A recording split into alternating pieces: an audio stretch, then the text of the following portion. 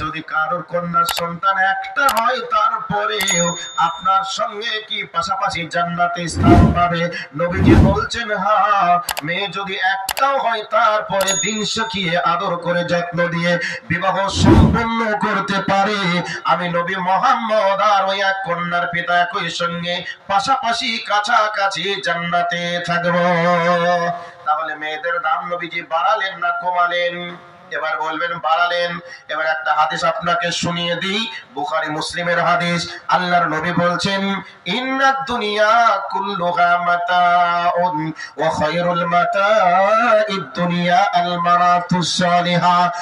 বিশ্বনবী জনাবে মুহাম্মদুর রাসূলুল্লাহ সাল্লাল্লাহু আলাইহি ওয়াসাল্লাম বলছেন, পৃথিবীটা হচ্ছে আল্লাহর কাছে একটি সম্পদ, আর এই সম্পদের মধ্যে দামি সম্পদের নাম হলো আল মারাতুস সালিহা, একটা ধর্মপ্রাণ নেককার মহিলা।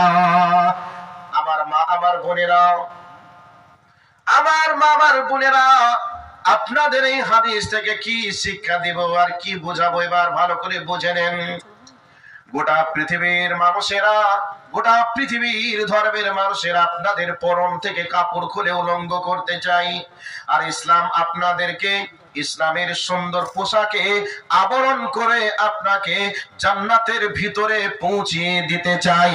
আর পৃথিবীর মানুষেরা আপনার পরম থেকে কাপড় খুলে উলঙ্গ করে আপনাকে জাহান্নামের দিকে ডাকে, জাহান্নামের বাসিন্দা বানাতে চাই। আর ইসলাম আপনাকে এমন ভাবে ডেকে আপনাকে সুন্দর করে কভারে ভরে, প্যাকেটের ভিতরে ভরে আপনার জীবন যাত্রাকে অতিক্রম করে আপনার জান্নাতে যাওয়ার জন্য সার্টিফিকেট প্রদানের দিকে ডাকে। তাহলে ইসলাম দাম দিয়েছে বেশি না অন্য অন্য জিনিসেরা দাম দিয়েছে বেশি?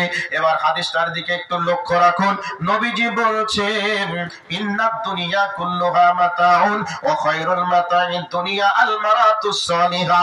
तमाम পৃথিবীটা আল্লাহর কাছে একটি সম্পদ, আর এই সম্পদের মধ্যে দামি সম্পদ হলো একজন ধর্মপ্রাণ মহিলা। এই পৃথিবীতে কত দামি দামি সম্পদ আছে, কত দামি দামি দেশ আছে, কত দামি দামি জিনিস আছে। কোন জিনিসকে নবীজি কথা বলেননি যে পৃথিবীর মধ্যে সোনা দামি, হিরে দামি, মতি দামি, এ কথা বলেননি। বরং পৃথিবীর মধ্যে সব থেকে দামি হলো একজন ধর্মপ্রাণ মহিলা। তাহলে মা আমার, বোন আমার, তোমার দাম কত আল্লাহর নবী দিয়েছে তুমি এই হাদিস থেকে একটু শিখে নাও, শিখে নাও। যদি ওই মেয়েটির পরনে কাপড়টা যদি অর্ধলঙ্গ হয়ে যায়, ওই মেয়েটির যদি পরনে কাপড়গুলি টাইট ফিটিং হয়ে যায়,